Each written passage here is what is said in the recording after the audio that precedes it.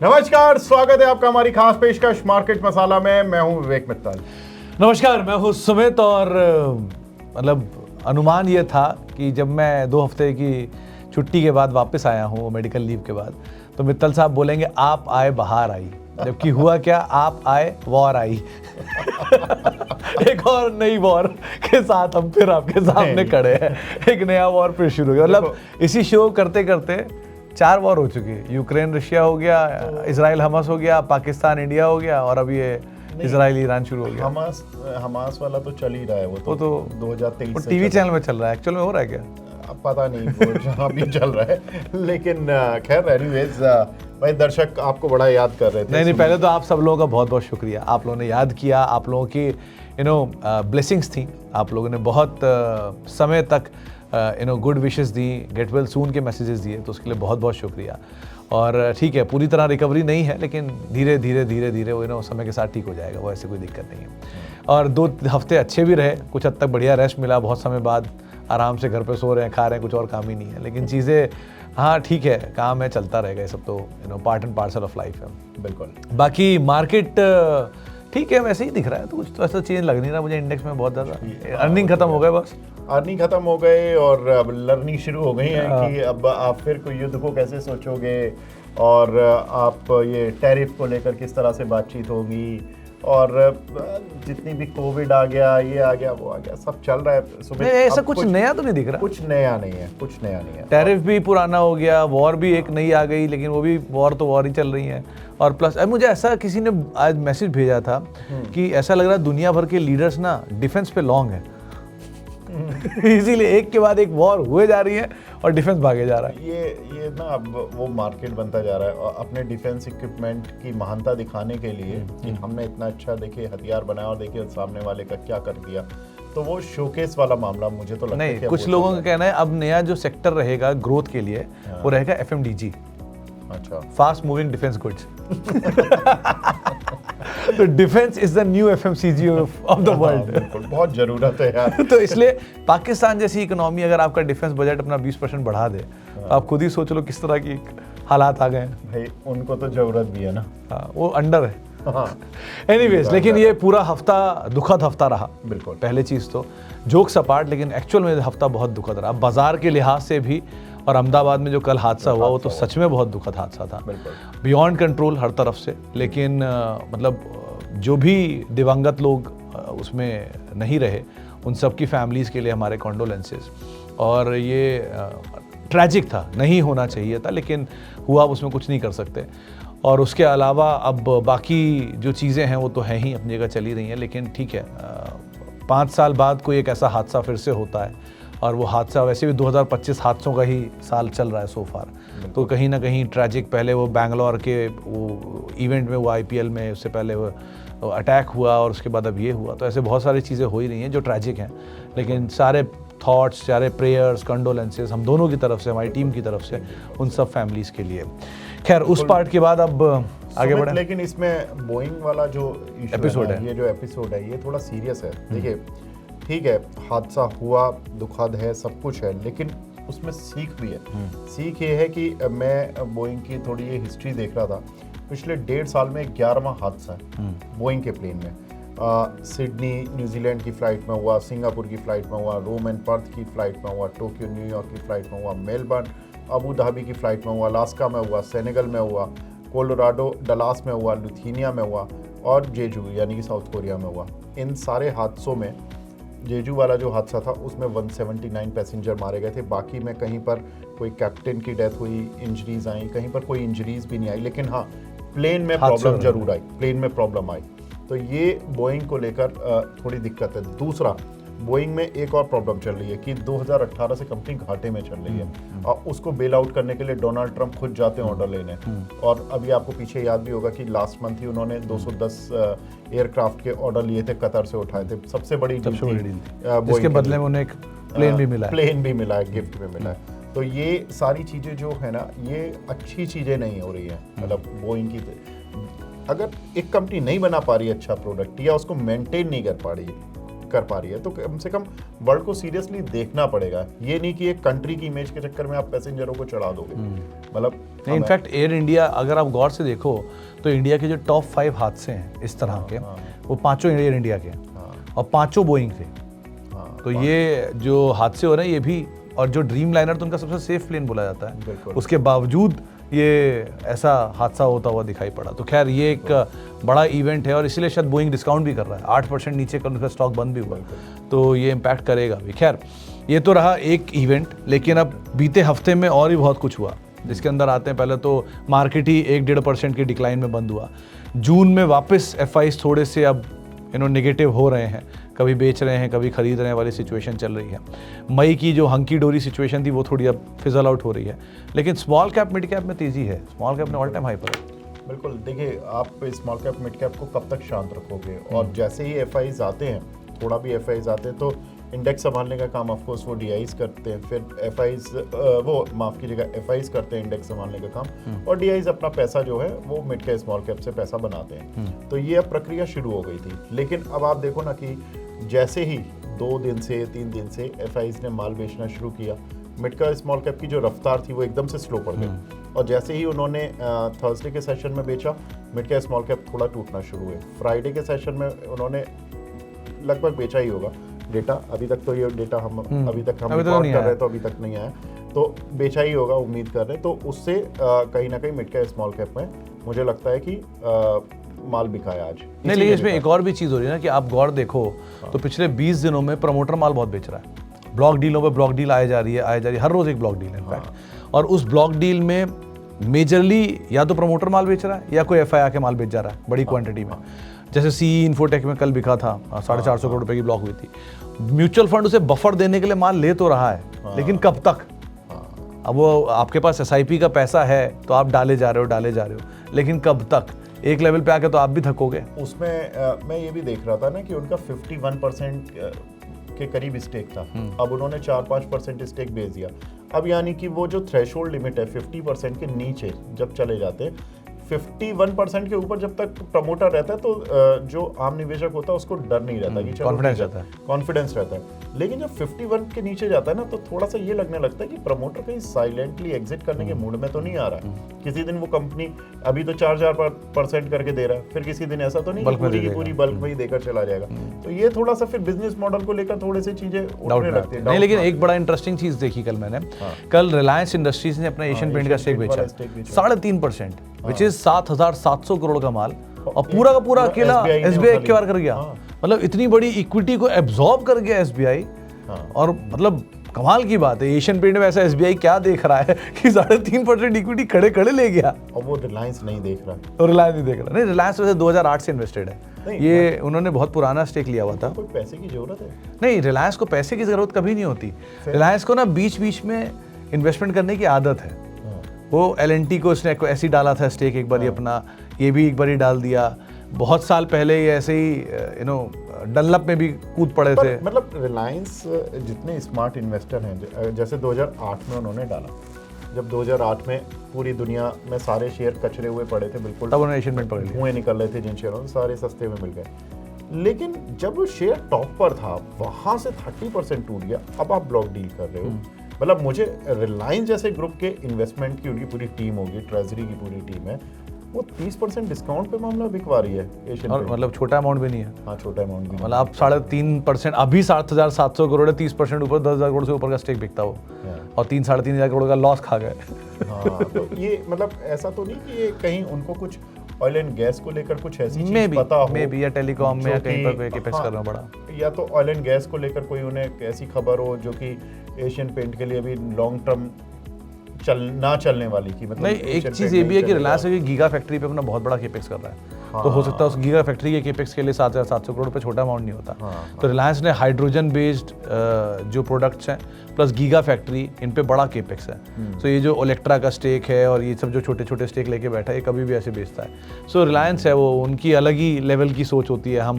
हमारे अगर रिटेल आदमी की तरह सोचने लग गया तो बात ही अलग है। खैर वो अलग लेवल पे क्या काम करते हैं। लेकिन एक इंटरेस्टिंग चीज़ ये बात करने के लायक थी कि इतनी बड़ी इक्विटी को एब्जॉर्ब करने के लिए सामने डीआई कितना स्ट्रांगली कैश लेके बैठा हुआ है। एसबीआई जैसा शेयर 7,700 करोड़ की इक्विटी पी गया खड़े खड़े। मैं तो ये भी देख रहा था कि थर्सडे को जिस तरह से DIs ने करीब 9300 करोड़ की बाइंग करके ले गए, मतलब क्या तो उसी में ब्लॉक आ गया ना, 7,700 करोड़ का तो वो है, और ऊपर से 1,500 करोड़ का और है, तो वो ब्लॉक की वजह से इतना बड़ा नंबर था। लेकिन इतनी बड़ी इक्विटी ब्लॉक भी पी जाना मजाक है। एक टाइम पे 7,700 करोड़ कंपनियों की मार्केट कैप होती, जितनी इक्विटी वो खड़े खड़े ले गया। एनीवेज, लेकिन ये इंटरेस्टिंग चीज़ हो रही है, और प्रमोटर माल बेच रहा है। ये भी एक बहुत इंटरेस्टिंग चीज़ है कि जिस दिन से अर्निंग सीजन खत्म हुआ है तब से लेके अब तक हर रोज प्रमोटर की ब्लॉक आ रही है किसी ना किसी शेयर में। आज एक इंटरेस्टिंग और था, आज जीनस पावर की एक ब्लॉक होनी थी सुबह, 5.5% की इक्विटी का ब्लॉक था, उसमें 3.5% का ग्रीन शू ऑप्शन था, कि यानी 5.5 वो और ऊपर से 3.5 और बेचेंगे, डिमांड अच्छी आएगी। तो बाजार नीचे आ गया, उन्होंने कैंसिल कर दिया ब्लॉक। चलो ये तो अच्छी बात है। नहीं, लेकिन शेयर को दुख हो गया, शेयर 4% नीचे। अच्छा, क्यों? क्योंकि अब उन्हें पता है ब्लॉक तो आएगा। ये तो कंफर्म हो गया कि प्रमोटर ब्लॉक करेगा। नहीं, वो तो थोड़ा सा सेंटीमेंट वाला भी मामला है ना कि आज तो बाजार में सारे शेयर नीचे हैं, तो चलो कोई बात नहीं। और आज इंडिगो में भी आ गई खबर, अभी शाम तक आते आते, कि यहाँ पर भी फिर एक ब्लॉक आने वाला है। तो फिर एक ब्लॉक आने वाला है। क्या है असल में, गंगवाल फैमिली को अपना स्टेक पूरा देना है। हाँ। हर एक ब्लॉक के बाद दूसरे ब्लॉक के बीच में 150 दिन का गैप होता है। अच्छा। वो 150 दिन जैसे ही पूरे होते हैं वो वापस जाग जाते हैं कि हमें अपना स्टेक बेचना है। तो अभी वो 150 दिन, अभी तो कुछ दिन पहले थे। हाँ, तो 150 हो गए ना पूरे। अर्निंग सीजन ही आपका 1.5 महीना चल जाता है, तो आपके वहीं से 40-45 दिन निकल जाते हैं। उसके पहले और बाद के 10-15 दिन और जोड़ लो, हो गए 150 दिन। तो ऐसे करके 150 दिन पूरे करके जैसे ही उनका 150 का थ्रेशोल्ड खत्म होता है, वो फिर आते हैं माल बेचने। तो ये इंडिगो में ओवरहैंग अभी चलता रहेगा, और क्योंकि गंगवाल फैमिली को अलग होना ही है तो वो बेच के इसमें से निकल के रहेंगे। सो इसलिए ये तो होता ही रहता है, इसलिए बार बार इंडिगो में ओवरहैंग आ जाता है इस चीज़ का। खैर, एक और इस हफ्ते जो इंपॉर्टेंट चीज़ हुई वो थी लिकर पॉलिसी में बदलाव महाराष्ट्र में। तो ये 15 साल बाद लिकर पॉलिसी के अंदर चेंज आया, 2011 में आया था और उसके बाद अब आया। तो एक बड़ा बदलाव, और उसका इम्पैक्ट रहा यूनाइटेड स्पिरिट्स, रेडको खैतान। वो तो बिल्कुल, उसमें तो सुमित क्लियर कट है कि भाई देखो, आपने महाराष्ट्र बेस्ड कंपनीज को सीधा बोल दिया कि आपके लिए कोई दिक्कत नहीं है। मैं देख रहा था कि GM ब्रेवरीज, आप अच्छे से जानते भी हो, 25% टोटल एक्साइज जितनी महाराष्ट्र में लिकर कंपनीज की आती है उसमें 25% कॉन्ट्रीब्यूट करती है। अब उसके जो प्रोडक्ट है ना वो सस्ते हैं, सस्ते प्रोडक्ट पर जो एक्साइज ड्यूटी बढ़ी है वो कम बढ़ी है। सुला वाइन यार्ड वो वाइन बना रही थी, वो तो है ही नहीं, वो बच गए, बियर वाले बच गए। अब मरे कौन? जो IMFL, हाँ IMFL, जो इंडियन मेड फॉरेन लिकर बनाते हैं, अब वो फंस गए। अच्छा, दूसरा, महाराष्ट्र की पॉलिसी में एक और इंटरेस्टिंग केस था, उन्होंने बोला जी जो ग्रेन बेस्ड लिकर बनाना चाहता है वो केवल महाराष्ट्र की कंपनी बनाएगी, वो बाकी की बनाएगी। बस हो गया खेल। इसीलिए एक स्टेट में और ये बड़ा स्टेट भी है और बड़ा स्टेटमेंट भी है। दोनों चीज़ें बड़ी इंपॉर्टेंट रही वहाँ पर, तो इसलिए भी है एक इम्पैक्ट आता हुआ दिखाई पड़ा। खैर, अब आते हैं इस हफ्ते का सबसे बड़ा इवेंट जो बना है आखिरी में आके, वो है ईरान और इजराइल के बीच में वॉर। क्या रिलेवेंस है इस वॉर की, क्या इम्पैक्ट आएगा, हम कितने तैयार हैं, हम पर क्या असर होगा। पहली चीज़, ईरान इजराइल का वॉर पहला तो नहीं है, पहले भी लड़ते रहे, सालों से लड़ते आ रहे हैं, आदत है इन लोगों की लड़ाइयों की। लेकिन ये लड़ाई इस स्केल की अभी जहाँ चल रही है, ये स्केल मतलब डराने वाला स्केल है या नहीं डराने वाला स्केल है। पहला, क्या ईरान इजराइल की वॉर की वजह से बाजार टूटा, या ईरान इजराइल की वॉर की वजह से क्रूड में जो हलचल हुई उससे बाजार टूटा? वो दूसरा वाला ज्यादा मुझे वैलिड लग रहा है ना, कि आज 9% जब भी ईरान इजराइल होगा, किसी भी क्रूड ऑयल प्रोड्यूसिंग नेशन का नाम जब भी किसी वॉर में जाएगा, इंडिया डरेगा। बस सिंपल। उसमें रशिया आ गया तो और भयानक है। फिर रशिया आ जाए तो देखो, रशिया वाले युद्ध में तो एक सबसे अच्छी चीज हो गई ना कि रशिया को हम बेल आउट करने निकल गए थे इनडायरेक्टली, और उससे क्रूड खरीदते रहे डिस्काउंट में। ईरान के साथ बस ये कि 4 मिलियन बैरल पर डे का वो क्रूड ऑयल का प्रोडक्शन करते हैं, ग्लोबल सप्लाई में। अब उसमें क्या है कि उन पे बहुत सारे सैंक्शंस लगे हुए हैं। सैंक्शंस चाइना मानता नहीं है, चाइना हर उस सैंक्शन को नहीं मानता जो अमेरिका लगाता है। तो चाइना का काम चल रहा था। अब क्या है कि वहाँ पर क्रूड ऑयल की दिक्कत कर दी अमेरिका ने। ये गेम तो वैसे अमेरिका और इजराइल का ही है। वो इजराइल ने भी, उसने ईरान ने बोल दिया कि बिना इजराइल के सपोर्ट के, बिना अमेरिका के सपोर्ट के ये सब कुछ नहीं होगा। तो अब अल्टीमेट ये चीज पॉजिटिव भी है। देखो, ईरान दो देशों से नहीं लड़ सकता। इजराइल को तो वो एक बार को लड़ भी लेता, लेकिन जहां अमेरिका इन्वॉल्व है वहां पर मार्केट के लिए यही पॉजिटिव भी है। मुझे लगता है कि अमेरिका इन्वॉल्व है तो ईरान भी सोच समझ के अटैक करेगा। वो केवल इजराइल पे ही कुछ बोलेगा, इजराइल के लिए ही कुछ करेगा। और डोनाल्ड ट्रंप लगातार कह रहे हैं भाई हमारा लेना देना नहीं था इस पूरे उससे। वो उन्होंने कल रात ही पहले ही ट्वीट कर दिया था कि हम तो बातचीत करना चाहते हैं ईरान से, अगर वो चाहे तो।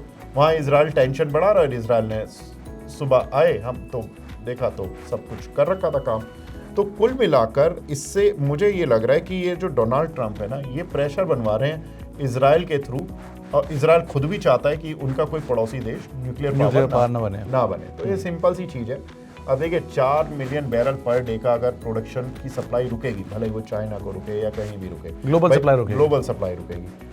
आप कर रहे थे सैंक्शन के बाद भी आप कर रहे थे, वो कैसे कर रहे थे कि भी प्रोड्यूस तो कर पा रहे थे। अब अगर युद्ध के समय पे प्रोड्यूस ही नहीं कर पाओगे, निकाल ही नहीं पाओगे, तो दोगे कैसे? तो वो दिक्कत है। तो वहां से इसलिए क्रूड ऑयल के जो प्राइसेस थे ना, वो अचानक से शूट अप कर गए 2 दिन में 15%। मतलब 2 दिन में 15%। अरे रशिया पे सैंक्शन लगने की बातें तो कब से चल रही हैं, और लग भी चुके हैं 50 तरह के। उनसे क्या ही डरना है मार्केट को। फेड रेट की जो कट की बातें आ रही है कि भैया फेड रेट कट कर लेगा सितंबर में, सीटीए की रिपोर्ट आई है, तो चलो भाई ठीक है। फेड रेट तो आज से 2 महीने पहले भी कट कर ही रहा था, तो क्रूड ऑयल क्यों नीचे गिर रहा था? तो एक इम्पैक्ट तो ये रहा क्रूड को लेकर, तो जिसका एक इम्पैक्ट देखने को मिला। दूसरी तरफ चाइना से ऑलमोस्ट टैरिफ हमारे सॉर्टेड है, यूएस के सॉर्ट हो चुके हैं। उन्होंने बात बोल दी कि शी और वो मानेंगे और अकॉर्डिंगली साइन कर लेंगे। 55% पे बात नक्की कर ली उन्होंने अपनी। अब आती है जी इंडिया की बारी, हमारा नंबर कब आएगा पहला तो। दूसरा हम पर क्या, क्योंकि जब चाइना के लिए इतना मॉडरेट हो गए तो क्या हमारे लिए तो और मॉडरेट हो जाना चाहिए? नहीं सुमित, एक्चुअली मुझे ऐसा लग रहा है कि चाइना की ट्रेड डील ना इंडिया के लिए भी नेगेटिव है और पूरे वर्ल्ड के लिए ही नेगेटिव है। चाइना ना इतना बड़ा देश है, इतना बड़ा हाथी है कि वो सारी सप्लाई खुद कर देगा। पूरा वर्ल्ड एक तरफ और चाइना एक तरफ, है ना। तो यूएस उससे पंगा ही नहीं लेना चाह रहा था। यूएस ने उसको गीदड़ भपकियां दिखाई तरह तरह की।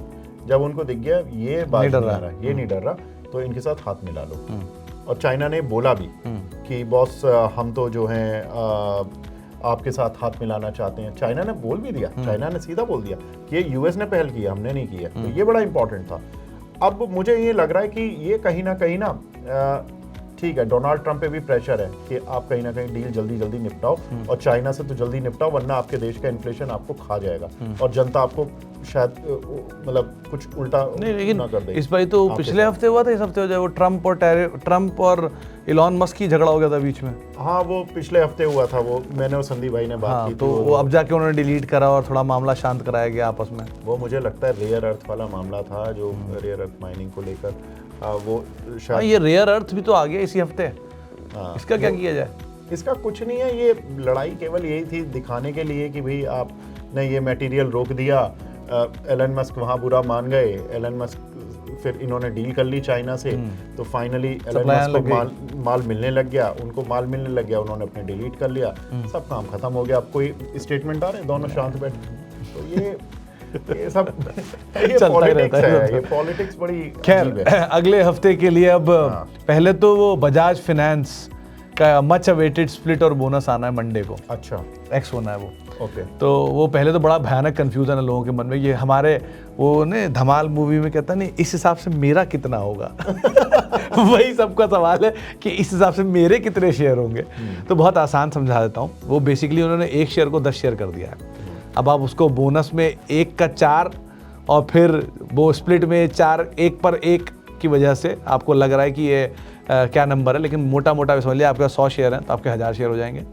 और अगर आपके पास 9000 का दाम है, वो घट के 900 रुपये हो जाएगा। ठीक है, नंबर ऑफ शेयर आपके 10 टाइम मतलब बढ़ जाएंगे, 10 ज़्यादा हो जाएंगे, 10 गुना हो जाएंगे, 1 के 10 हो जाएंगे, और शेयर जो है वो 10 का 1 हो जाएगा। तो मतलब सोमवार को डरना नहीं है 900 रुपये का भाव। हाँ, देख के घबराइएगा मत। और अगर आप लोगों को लग रहा है मैं आज ले लूँ, तो अब नहीं, अब वो निकल गया काम, हो गया वो रिकॉर्ड डेटा, वो एक्सपी सीधे खुलेगा। सो वो एक पार्ट है जिसको आप ध्यान रखिए, क्योंकि वो निफ्टी का शेयर है, उसमें F&O भी एडजस्ट होंगे उसके हिसाब से, तो ये सब अपनी जगह चलेगा, इसलिए वो इंपॉर्टेंट होता है। लेकिन बाकी ये कॉर्पोरेट एक्शन बजाज ग्रुप में बड़े समय बाद आया है, सो ये इसलिए डिस्कस करना ज़रूरी था कि आप लोग घबराइएगा मत अगर बजाज का दाम आप लोगों को मंडे को थोड़ा अटपटा सा दिखाई पड़े तो। बाकी सुमित 3 इवेंट है नेक्स्ट वीक। एक तो इस वीकेंड में ही हो रहा है, ये G7 देशों की जो मीटिंग हो रही है, मतलब ये 15 से 17 जून तक रहेगी। G7 देशों की मीटिंग शुरू हो जाएगी। तो इसमें हो क्या रहा है ना, 7 देशों के जब प्रतिनिधित्व मिलते हैं और बातें होती हैं आपस में, तो कई बार क्या होता है, या तो टेंशन बढ़ती है या मेल मिलाप हो जाता है। अक्सर देखा है 80% ऑफ द टाइम मेल मिलाप ही हो जाता है चीज़ों का। और जब खासतौर से टेंशन्स चल रही हों, अब चाइना अमेरिका की टेंशन्स थी तो वो थोड़ी दूर होंगी, तो वो पॉजिटिव होगा। दूसरा, इंडिया कनाडा के रिलेशन जो थोड़े ख़राब हो गए थे, वो मुझे लगता है कि थोड़े से ठीक हो जाएंगे, तो ये थोड़े से शांति देगा। अब दूसरा आता है कि 16-17 जून को बैंक ऑफ जापान की पॉलिसी है। उसमें अभी तक तो ये आ रहा था मार्च अप्रैल तक कि बैंक ऑफ जापान जून में रेट बढ़ाएगा। अभी उन पे प्रेशर आ गया टैरिफ के चलते कि भाई आप अगर इस समय इंटरेस्ट रेट बढ़ा दोगे तो आपकी इकोनॉमी दोहरी मार झेलेगी, एक तो टैरिफ की, दूसरे इंटरेस्ट रेट की भी। तो उनको आदत ही नहीं है, वो कितने सालों से एक डेकेड हो गया उनकी जनरेशन को आदत नहीं है इंटरेस्ट रेट देखने की, वो तो नेगेटिव इंटरेस्ट रेट देखने वाले लोग थे। तो उनको ये 25 बेसिस पॉइंट 50 बेसिस पॉइंट भी ऐसा लग रहा है पता नहीं क्या होने वाला उनकी ज़िंदगी में, बड़ा बदलाव। तो वो उसके लिए तैयार नहीं है, वो जितना डेफरमेंट होता जा रहा है वो खुश होते जा रहे हैं। तो जापान का मार्केट इसलिए थोड़ा सा हो सकता है कुशन दे, और अगर कोई झटका दे गया, गलती से इंटरेस्ट रेट बढ़ा दिया, तो झटका भी बहुत तेज देगा क्योंकि येन कैरी ट्रेड सामने आ जाएगा। तीसरा, 17-18 जून को फेड की पॉलिसी है, तो 18 जून की रात को अनाउंसमेंट्स आ जाएंगी, तो उसका इम्पैक्ट जो होगा हमारे पास 18 और 19 जून को होता हुआ दिखाई देगा। उसमें यही है कि इंटरेस्ट रेट कट की अभी तक तो कोई बात इस बार पॉलिसी में तो नहीं है, लेकिन एक सिटी की रिपोर्ट आई है कि सितंबर से वहाँ पर रेट कट आ सकता है। कारण कि इन्फ्लेशन कंट्रोल में डोनाल्ड ट्रंप ने फेड चेयरमैन को लगातार प्रेशर तो बनाते ही रहते हैं, उनको बोला कि भाई 200 बेसिस पॉइंट घटाओ धीरे धीरे करके, ताकि हमें $600 बिलियन का एनुअली फायदा हो, रिलीफ मिले। तो अब ये थोड़ा सा, अब फेड के चेयरमैन अभी तक तो ये हवाला दे रहे थे कि भाई आपने टैरिफ लगा दिया और इन्फ्लेशन बढ़ेगा। अब 2 महीने हो गए इन बातों को भी, इन्फ्लेशन के डेटा में वो रिफ्लेक्ट नहीं हो रहा, तो अब वो क्या हवाला देंगे? आरबीआई सीखना चाहिए उन्हें भी, जैसे हमने 50 घटाया उनको भी घटाना चाहिए। उसमें क्या, वो तो सिंपल बोल देंगे सर आरबीआई से सीखना चाहिए, पर आरबीआई के साथ गवर्नमेंट कौन सी खड़ी है? ये भी वो तो स्टेबल है, आप खुद ही स्टेबल नहीं हो, आप कुछ भी कभी बोल देते हो, यू-टर्न मार देते हो। तो पॉलिसी एक और इंटरेस्टिंग चीज हुई इस पूरे हफ्ते में, वो आपने सुना था क्या विजय माल्या का पॉडकास्ट? हाँ, मैंने वो पढ़ा। नहीं, मैं उसके आगे भी बोलूँगा कुछ। तो वो पॉडकास्ट के बाद से या पता नहीं उसके इर्द गिर्द से सारे शेयर चलने शुरू हो गए, रिलायंस पावर से लेके जितने भी छोटे या 2008 की एक समय पर पड़े हुए जो सारे लाशें थी, वो सारी एकदम से खड़ी हो गई और सब चलना शुरू हो गए, मम्मी रिटर्न्स।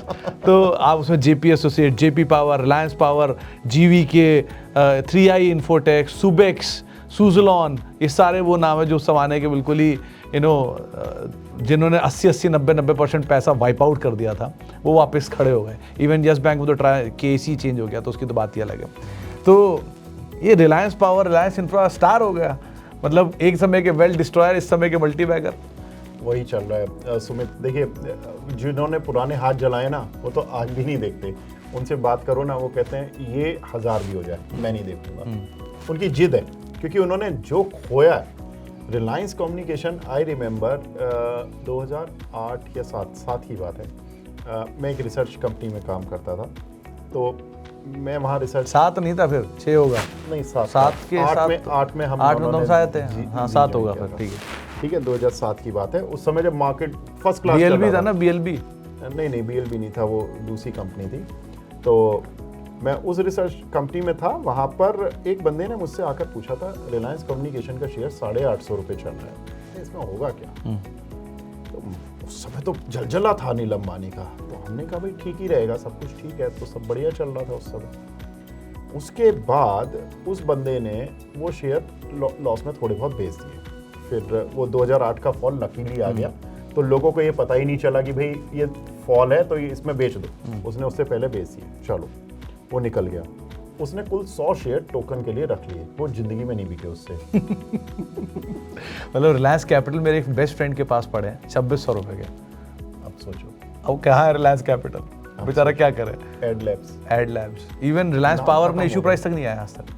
आज तक नहीं आया, तो आपकी बोनस भी दे चुका है, तो उसके बाद भी। हाँ, तो अब आप सोचो कि जो वो जनरेशन ना, जो 2006-8 में हमारी वाली जो घुसी थी मार्केट में, और जिसने देखा इन सबको कैपिटल बर्न करते हुए लोगों की, कितने लोग बर्बाद तो अभी मेरी 2 जानकारों से बात हुई, उन्होंने बोला कि देखो टर्न अराउंड हो रहा है ना, आने दो नंबर में, और नंबर आने दो। अच्छा, अभी भी ना झूठ बोलना वो खत्म आदत हुई नहीं है खत्म। अभी देखो, उसमें एक तो प्रेफरेंशियल इशू आया, 34 रुपये 35 रुपये पे लाया आप, चलो ठीक है, प्रेफरेंशियल इशू लिया है जी 34-35 रुपये पर, अमाउंट क्या 50 करोड़ 50 करोड़ रुपए के प्रेफरेंशियल इशू से आप 22,000 करोड़ की कंपनी को केपेक्स करोगे, क्या मतलब टर्न अराउंड करने के चक्कर में हो क्या? अच्छा, शेयर होल्डर भी अब 34 रुपए पर तो मालिक खरीद रहा है, भाई कितना खरीद रहा है ये तो पढ़ लो। 50 करोड़। अब कितनी बार बोले, अब एंकरिंग की भी एक लिमिट है ना, आपको सीधा नहीं बोल सकते, कान पकड़ के तो नहीं बता सकते, देखो नहीं बता सकते क्या लिखा है सामने, क्या लिखा है सामने। अब आप एक चीज समझो कि वहां पे मतलब आपने डेट चुकाया प्लांट का और डाल रहे हो आप कंपनी के नाम पहले रतन इंडिया पावर में भी एक बार हो चुका है। तो ये ऐसी कंपनियों को ना सुमित मतलब ध्यान रखना चाहिए, दर्शकों को फंसने से पहले या कुछ भी पहले प्लान समझो फिर इन्वेस्ट करो। नहीं, इसमें हर हाल में चलने के बाद तो इन्वेस्ट मत ही करो। बिल्कुल, आप पहले आपका पोर्टफोलियो में अगर अच्छे शेयर हैं, लार्ज कैप हैं, मिड कैप अच्छे नाम है, तब आप थोड़ा रिस्क लेने लायक हो तो रिस्क लेना, लेकिन अदरवाइज आउटराइटली पहला ही पोर्टफोलियो का शेयर ये ले लो कि ये चल रहा है इसलिए ले लेता हूँ, ऐसा मत करो। म्यूचुअल फंड के साथ रहो, थोड़ा पोर्टफोलियो सेव करो, थोड़ा अपने आप को स्टेबल करो, उसके बाद जाओ इन सब तरह के शेयरों में तो ज़्यादा बेटर है। खैर और कुछ नहीं, बस मेरी तरफ से तो ऑल डन। डेटा ये सब तीनों पॉलिसीज रहेंगी, इन तीनों पॉलिसीज को वैसे भी अब बाजार ना स्टॉक स्पेसिफिक ज़्यादा है इस बार, तो ज़रा स्टॉक स्पेसिफिक मार्केट्स के ऊपर नज़र रखिएगा, जैसे जैसे खबरें हैं वैसे वैसे रिएक्शन आएंगे।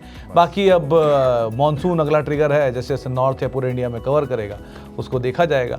अब बाकी ये वॉर कहाँ जाता है, क्या सिचुएशन बनती है देखते हैं, और उम्मीद करते हैं कि जो दुखद हफ्ता गया है ऐसा आगे समय ना देखने को मिले, ना आगे साल में कुछ देखने को मिले। ऑलरेडी बहुत देख लिया, 6 महीने भी बाकी हैं वैसे, लेकिन ठीक है, ऊपर सब बढ़िया रहे, यही बस उम्मीद के साथ फिलहाल अब शो को तो समेटते हैं। आगे आप उनसे मुलाकात करेंगे अगले हफ्ते, फिलहाल के लिए इतना ही। नमस्कार।